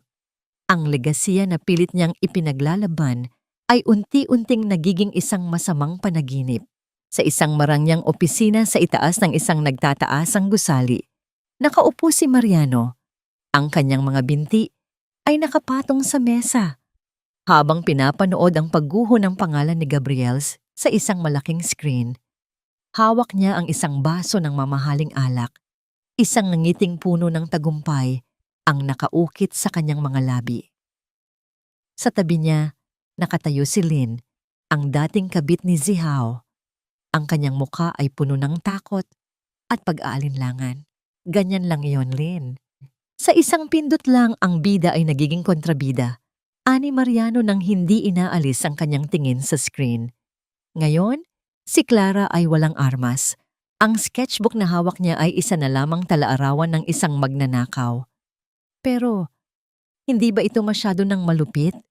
Mahinang tanong ni Lynn. Humarap si Mariano kay Lynn. Ang kanyang mga mata ay nanlalamig. Makinig ka. Kung hindi dahil sa akin, baka kasama ka na ngayong nabubulok sa kulungan kasama sina Zihao. Huwag mong kalimutan kung sino ang nagligtas sa'yo. Ang kailangan mo lang gawin ay manahimik at sundin ang utos ko. Samantala, sa kulungan, natanggap ni Zihao at Doña Victoria ang balita. Sa unang pagkakataon, isang kakaibang ngiti ang sumilay sa mga labi ni Victoria. Kahit na sila ay bagsak na, ang pagbagsak ng pangalan ni Gabriel ay nagbigay sa kanila ng isang uri ng masamang kasiyahan. Ang kanilang pagdurusa ay nabawasan dahil may iba pang nadadamay. Si Zihao naman ay nanatiling tahimik. Ang kanyang isip ay gulong-gulo sa pagitan ng galit sa pagtatraidor ni Lynn at sa biglaang pagbabago ng sitwasyon. Ang kanyang pag-ibig kay Lynn ay naging abo, at ngayon, ang kanyang tanging pag-asa ay ang makalabas at makapaghiganti. Sa apartment ni Leandro, isang mabigat na katahimikan ang bumabalot. Inilabas ni Clara ang bawat pahina ng sketchbook ni Gabriel. Bawat guhit, bawat nota sa gilid, ay binasa niya ng paulit-ulit. Doon, sa isang maliit na sulok ng huling pahina, may nakita siyang isang serye ng mga numero na nakasulat sa invisible ink. Isang lihim na mensahe na lilitaw lamang sa ilalim ng UV light. Sa tulong ni Leandro, nahanap nila ang kahulugan ng mga numero. Ito ay mga coordinate na nagtuturo sa isang lumang bangko sa probinsya sa ilalim ng pangalan ng kanilang yumaong ina. Isang safety deposit box na matagal nang nakalimutan. Kinabukasan, naglakbay sila patungo sa bangko. Ang bawat kilometro sa daan ay tila isang paglalakbay patungo sa huling pag-asa.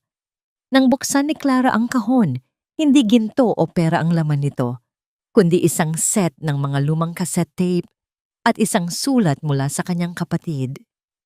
Clara, kung binabasa mo ito, ibig sabihin ay wala na ako. Alam kong mapanganib ang laban na ito, kaya inihanda ko ang lahat. Ang mga tape na ito ay naglalaman ng lahat ng pag-uusap namin ni Mariano mula sa simula ng kanyang pang-aabuso hanggang sa kanyang mga pagbabanta. Ito ang tunay na sketchbook, Clara. Ang bawat salita ay isang katotohanan na hindi niya kayang burahin. Sa pagbabalik nila sa lungsod, isang malaking press conference ang inihanda ni Leandro. Sa harap ng daan-daang kamera, habang si Mariano ay abala sa pagdiriwang ng kanyang tagumpay, ipinarinig ni Clara ang mga tape. Ang boses ni Mariano ay umalingaw-ngaw sa buong bansa. Ang kanyang mga pag-amin sa pagnanakaw, ang kanyang plano na gamitin ang mga song, at ang kanyang utos na patahimikin si Gabriel. Ang kasinungalingan na binuo ni Mariano ay gumuho sa isang iglap, mas mabilis at mas malakas kaysa sa pagguho ng pamilya Song. Ang karma ay mabilis at walang pinipili. Si Mariano ay inaresto sa gitna ng kanyang sariling party. Ang kanyang mga kasosyo ay iniwan siya. Si Lynn, sa takot na madamay, ay nagbigay ng kanyang sariling testimonya laban kay Mariano. Ang imperyo na itinayo ni Mariano sa kasakiman ay naging abo. Sa kulungan, napanood ni Zihao ang lahat. Ang kanyang mundo ay gumuho sa ikalawang pagkakataon. Naiwan siyang mag-isa, na walang pera, walang kapangyarihan at walang pag-ibig. Isang linggo pagkatapos ng lahat, habang nag-aayos si Clara sa kanyang bagong simula, isang sulat ang dumating mula sa kulungan. Galing ito kay Zihao. Hindi ito sulat ng pagbabanta o galit, kundi isang simpleng papel na may isang tanong na nakasulat. Clara, napatawad mo na ba ako? Clara, napatawad mo na ba ako? Ang mga salitang ito, na nakasulat sa isang lukot at maduming papel, ay tila isang huling hininga ng isang naghihingalong alaala. Hawak ni Clara ang sulat habang nakatayo sa gitna ng kanyang bagong bukas na atelier. Ang sikat ng araw ay marahang tumatagos sa malinis na bintana, nagbibigay ng ningning sa mga bagong hiyas na kanyang ginagawa. Ang amoy ng sariwang pintura at bagong tabas na kahoy ay nagsisilbing pabango ng kanyang muling pagsilang. Ngunit ang munting papel na ito mula sa kulungan ay tila isang anino na pilit sumasagi sa kanyang liwanag. Tiningnan ni Clara ang kanyang sarili sa salamin. Wala na ang bakas ng pagod at takot. Ang kanyang mga mata ay malinaw na, gaya ng isang diamanteng dumaan sa matinding presyur at ngayon ay handa nang magpaalab ng sariling liwanag. Dahan-dahan niyang itinupi ang sulat. Hindi galit ang nararamdaman niya, kundi isang uri ng matinding pagkaawa. Isang pagkaawa para sa isang taong nagkaroon ng lahat, ngunit piniling itapon ang lahat para sa isang huwad na ningning. Nang hapong iyon, nagpasya si Clara na pumunta sa piitan. Hindi upang maningil, kundi upang tuluyan ng putulin ang huling hibla ng tanikalang nag-uugnay sa kanya sa nakaraan. Ang tunog ng mabibigat na sapatos sa malamig na semento ng pasilyo ng kulungan ay naglikha ng isang seryosong ritmo.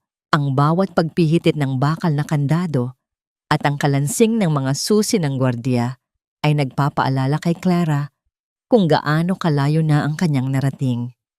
Nang makarating siya sa bisitahan, nakita niya si Zihao sa likod ng makapal na salamin. Wala na ang mapagmataas na Zihao na nakasuot ng mga mamahaling terno. Ang lalaking nasa harap niya ngayon ay may malalim na mga mata, maputlang balat, at balikat na tila bumigay na sa bigat ng kasalanan. Nang magtama ang kanilang mga mata, nakita ni Clara ang panginginig ng mga labi ni Zihao.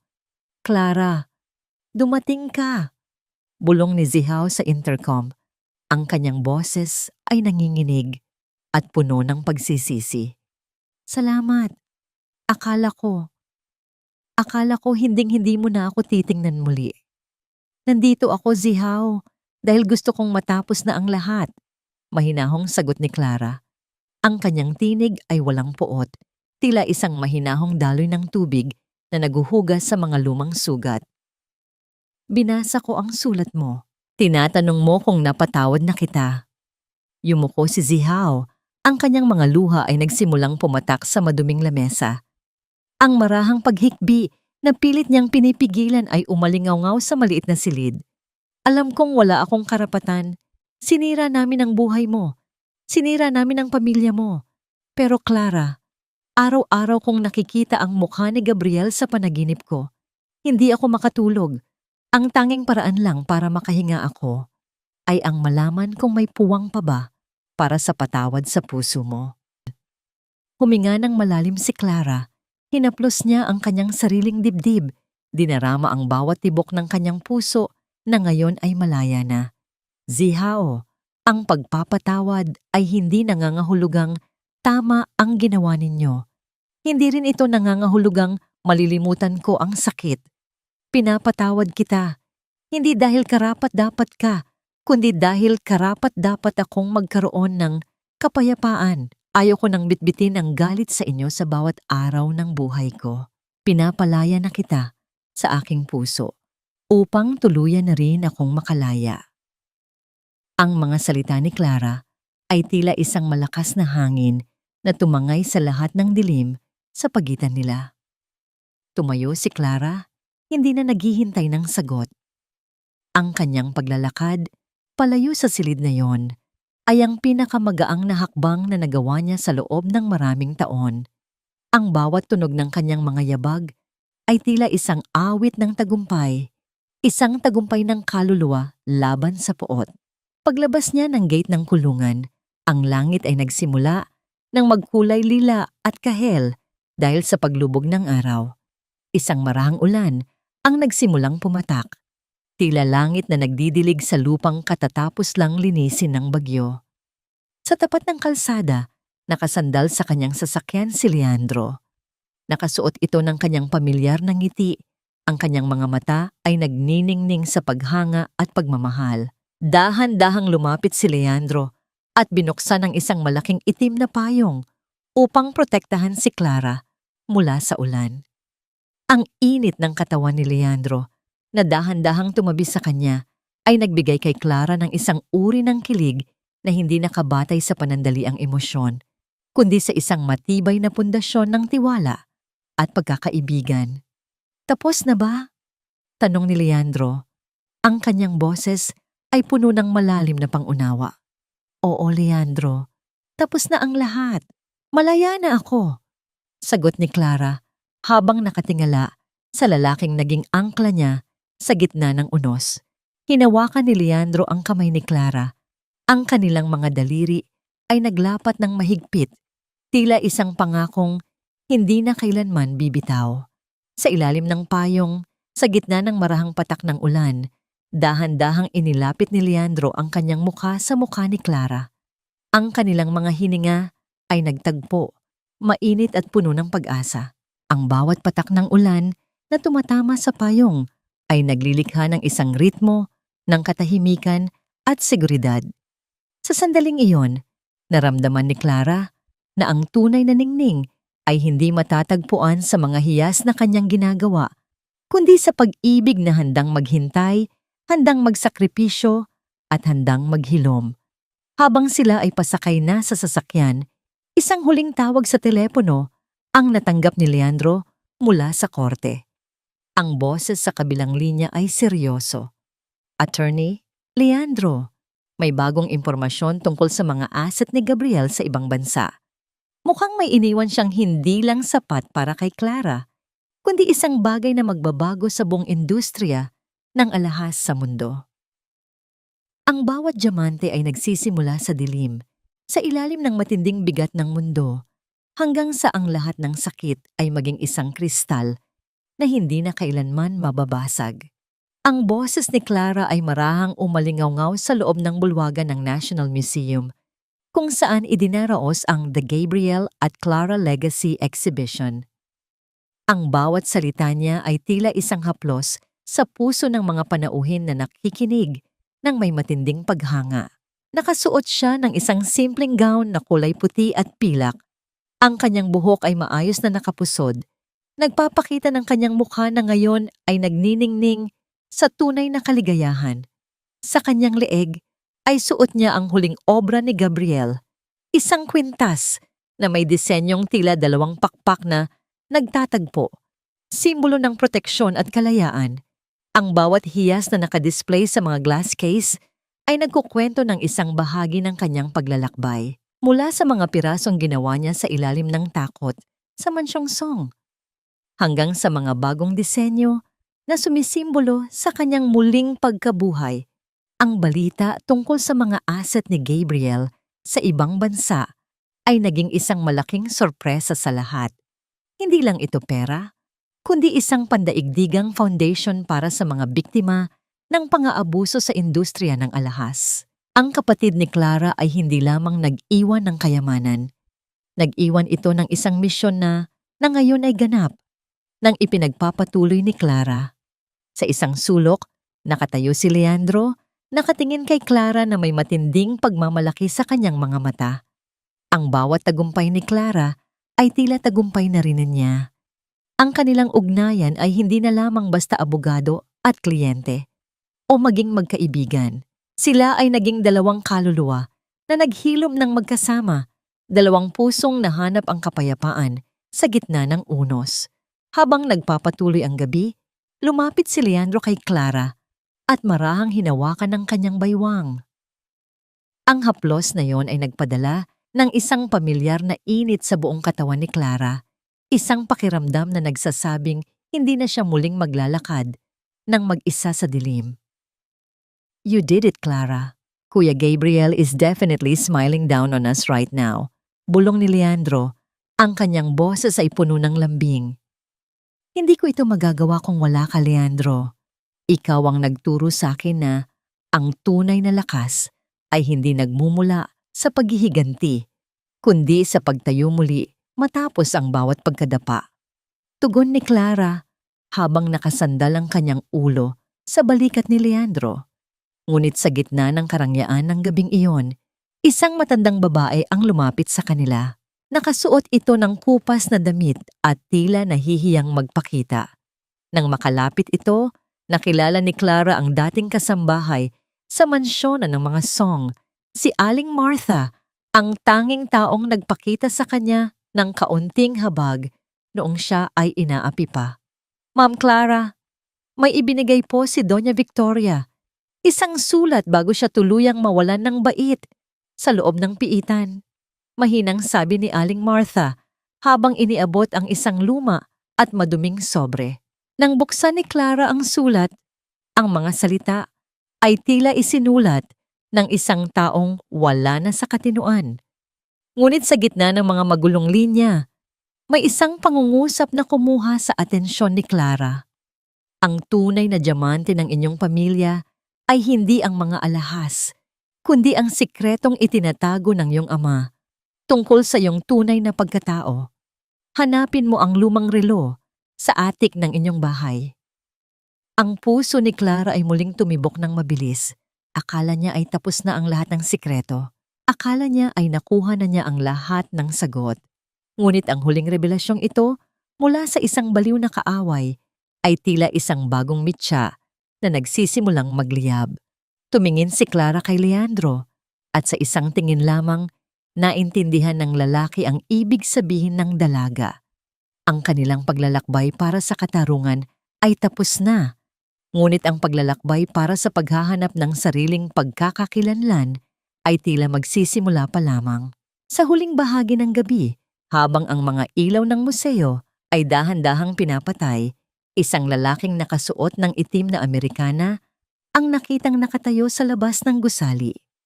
Hawak niya ang isang lumang gintong relo na may nakaukit na pamilyar na simbolo ng pamilya ni Clara. Nang lumingon ang lalaki, ang kanyang muka ay hindi nakita sa dilim.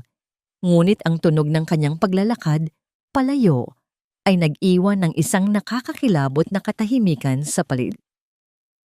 Ang bawat sugat na natanggap natin mula sa nakaraan ay hindi lamang tanda ng sakit, kundi mga ukit ng isang kwentong nagpapatunay na ang isang pusong muling nabuo ay mas matibay at mas maningning kaysa sa pusong kailanman ay hindi nasugatan.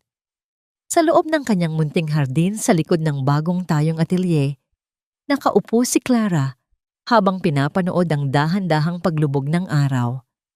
Ang langit ay nagpipinta ng mga kulay na ginto at rosas, tila isang napakalaking canvas ng kapayapaan. Hawak niya ang lumang gintong relo na nabanggit ni Doña Victoria sa kanyang huling sulat. Hindi ito naglalaman ng anumang nakagigimbal na sikreto tungkol sa kanyang pagkatao. Sa halip sa loob nito ay may isang maliit na larawan ng kanyang ama at ina at isang nakatagong sulat na nagsasabing siya ay bunga ng isang wagas na pag-ibig, hindi ng isang pagkakamali. Napagtanto ni Clara na ang tunay na kayamanan ay hindi ang mga hiyas o ang titulo ng pamilya, kundi ang kakayahang makilala ang sarili sa gitna ng unos. Ang misteryosong lalaking nakita niya sa labas ng museo ay ang draper ng kanyang ama noon na sadyang itinago ang relo upang matiyak na ito ay mapupunta sa tamang mga kamay sa tamang panahon. Wala nang bagong kaaway, wala nang bagong digmaan. Ang lahat ng mga pinto ay ganap na nang naisara. Nagiiwan lamang ng isang malawak na bukas na bintana patungo sa kanyang hinaharap. Narinig ni Clara ang tunog ng mga yabag ng sapatos sa damuhan, isang pamilyar at matatag na ritmo na nagpapatibok ng kanyang puso sa isang masayang paraan. Hindi na siya kailangang lumingon upang malaman kung sino ito. Ang amoy ng mint at ang init ng presensyang iyon ay sapat na upang pakalmahin ang anumang natitirang kaba sa kanyang dibdib. Lumalalim na ang gabi, Clara. Baka malamigan ka rito sa laba. Mahinang sabi ni Leandro habang inilalagay ang kanyang Amerikana sa mga balikat ni Clara. Ngumiti si Clara at hinawakan ang kamay ni Leandro na nananatili sa kanyang balikat. Iniisip ko lang, Leandro, kung gaano kalayo na ang narating natin. Parang kailan lang, ang tanging pangarap ko ay makaligtas sa bawat araw. Ngayon, natututo na akong mabuhay para sa bawat sandali. Humarap si Leandro sa kanya, ang kanyang mga mata ay nagniningning sa ilalim ng unang sinag ng mga bituin. You deserve this peace, Clara. At narito ako upang tiyakin na wala nang muling kukuha nito sa iyo. Are you really happy now? Isang malalim na buntong hininga ng kaligayahan ang kumawala sa mga labi ni Clara. Yes, Leandro. For the first time in my life, I am truly home. Hindi dahil sa bahay na ito, kundi dahil nahanap ko ang aking sarili. At dahil nahanap kita. Dahan-dahang inilapit ni Leandro ang kanyang mukha sa mukha ni Clara. Sa gitna ng katahimikan ng gabi, ang kanilang mga labi ay nagtagpo sa isang halik na puno ng pangako, pag-ibig, at ganap na paghilom. Ito ay isang halik na nagbubura sa lahat ng pait ng nakaraan, isang selyo ng isang bagong simula na hindi na mabubura ng anumang unos. Sa malayo, ang mga ilaw ng lungsod ay nagsisimulang magliwanag, gaya ng mga diamanteng nagkalat sa kadiliman. Ngunit para kay Clara, ang pinakamahalagang ningning ay ang apoy na nagliliyab sa kanyang puso. Isang apoy na hindi na muling mamamatay. Ang kwento ni Clara ay natatapos dito, hindi sa isang sigaw ng paghihiganti, kundi sa isang bulong ng pasasalamat. Ang hustisya ay nakamit na, ang mga kaaway ay nagdusa na sa kanilang sariling mga kamay, at ang kapayapaan ay ganap na ring nanahan sa puso ng isang babaeng minsan ay itinuring na ulila. Ngunit ngayon ay kinikilala bilang reyna ng kanyang sariling tadhana.